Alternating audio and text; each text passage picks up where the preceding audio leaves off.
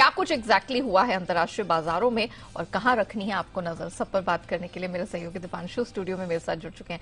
दीपांशु, हम second half of the week में पहुंच गए हैं, बहुत अच्छे संकेत हैं। वॉल्यूम्स भले ही कम हो इंटरनेशनल मार्केट में, लेकिन संकेत तो अच्छे हैं। नहीं, बिल्कुल, बहुत ही बढ़िया मूड बाजार का हो रहा है और ये मूड सुधारने का काम आपके लिए जो फेड बैठक के मिनट्स आए हैं उन्होंने किया है और उसी का आप एक्शन और रिफ्लेक्शन ग्लोबल मार्केट्स की स्क्रीन पर देख रही हैं। तो क्या कुछ ऐसा आया है फेड के मिनट्स में जिसकी वजह से अमेरिकी बाजारों का मूड सुधरा है? आज सुबह ग्लोबल बाजार भी अच्छे मूड में दिख रहे हैं।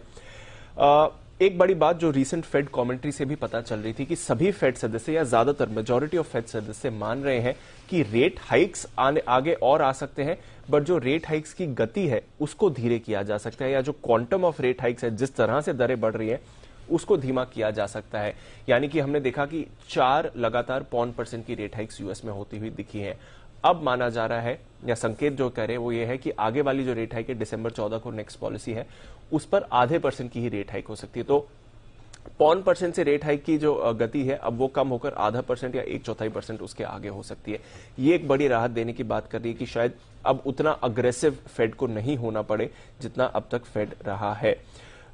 ये भी चिंता जताई है फेड के सदस्यों ने कि इकोनॉमी पर अब इंपैक्ट आपको आते हुए दिख रहा है। तो ये एक बड़ी बात है कि एक तो आपको पेस कम करनी पड़ेगी, दूसरा फाइनली दिख रहा है कि रेट हाइक्स के इंपैक्ट हो रहे हैं और कोशिश फेड को ये करनी है कि इतना बड़ा भी इंपैक्ट नहीं आए कि इकोनॉमी में फिर परेशानी शुरू हो जाए। तो दो ये जो बड़े एक्नॉलेजमेंट आए हैं फेड बैठक के मिनट्स में, ये दिखा रहे हैं कि एटलीस्ट पीक इन्फ्लेशन हो चुका है और ये भी हो चुका है कि इतना अग्रेसिव फेड को नहीं रहना पड़े। बट साथ ही 2-3 चीजें और भी कही हैं जिस पर आपको रखनी है नजर और जिसकी वजह से आपको ज्यादा खुश नहीं हो जाना चाहिए। वो कह रहे हैं कि महंगाई को कंट्रोल करने में अब तक रेट हाइक्स का बहुत ही लिमिटेड इंपैक्ट रहा है, तो वैसा इंपैक्ट नहीं रहा है जैसा ये चाहते हैं, लिमिटेड इंपैक्ट है।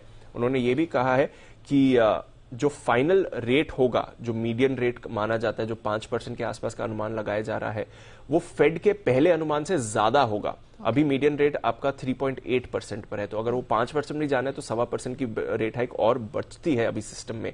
तो ये मानना गलत रहेगा कि आप टर्मिनल रेट के पास पहुंच रहे हैं और जो पहले का अनुमान था उससे ज्यादा ये रेट रहेगा। और इसके साथ ही एक अच्छी बात है कि मंदी आने की उन्हें चिंता जरूर है, बट ये सर्टेनिटी नहीं है, ये निश्चित नहीं है कि मंदी आएगी। तो एफर्ट लिए जाएंगे मंदी अवॉइड करने के लिए। अग्रेसिव उतना नहीं होना पड़ेगा फेड को, पर यह मान लेना गलत है कि रेट हाइक्स खत्म हो गए और यह मान लेना गलत है कि अब तक पूरा इंपैक्ट इन्फ्लेशन पर आ चुका है। खैर, बाजार पॉजिटिव पर ज्यादा फोकस कर रहे हैं और इसलिए आप देख रहे हैं कि अच्छा एक्शन एशिया में बना है। कल हमने देखा लगातार दूसरे दिन यूएस में बढ़त रही, हालांकि एक सीमित दायरे में कारोबार हुआ, 250 अंक के रेंज में डाउ ट्रेड कर रहा था और थोड़ी वॉलेटिलिटी ज्यादा थी क्योंकि वॉल्यूम्स बहुत कम हो गए हैं, बट एक्शन पॉजिटिव रहा। 100 अंक ऊपर डाउ बंद हुआ लगातार दूसरे दिन। नैस्डैक 1% की तेजी आपको दिखा रहा है, आउट परफॉर्म कर रहा है। दिग्गज आईटी शेयर्स में आपने अच्छी खरीदारी देखी है। टेस्ला का शेयर कल करीब 8% दौड़ा। सिटी ने काउंटर को अपग्रेड किया है जिसका आपने इंपैक्ट आते हुए देखा। रिटेल स्टॉक्स में मिला जुला एक्शन था, बाकी सेक्टर्स में भी ठीक ठाक ही एक्शन था, हालांकि वॉल्यूम्स थोड़े कम थे, बट ओवरऑल अमेरिकी बाजार पॉजिटिव है। साप्ताहिक बेरोजगारी बढ़कर आए हैं, 17,000 से बढ़कर 2.4 लाख पर आए हैं। अगस्त के बाद के सबसे ज्यादा दावे हैं, तो थोड़ा इंपैक्ट जो इकोनॉमी में आना चाहिए अब आपको वो भी आते हुए दिख रहा है। कंज्यूमर सेंटिमेंट डेटा हालांकि बाजार का अनुमान से बेहतर था। आज ऑफ कोर्स थैंक्सगिविंग डे है, इसलिए अमेरिकी बाजार बंद रहने वाले हैं। यूरोप में हल्की बढ़त देखी। फेड मिनट्स के बाद डॉलर में हमने करेक्शन देखा, 106 पर आ गया है, जिसकी वजह से कमोडिटीज में थोड़ा एक्शन जरूर बना। हालांकि कच्चा तेल दबाव पर था, बहुत ही वॉलेटाइल ट्रेड पर था। 2 महीने के निचले स्तर पर आपको कच्चा तेल ट्रेड करते हुए दिख रहा है। $85 पर ब्रेंट है, कल तो $84 तक गिर चुका था।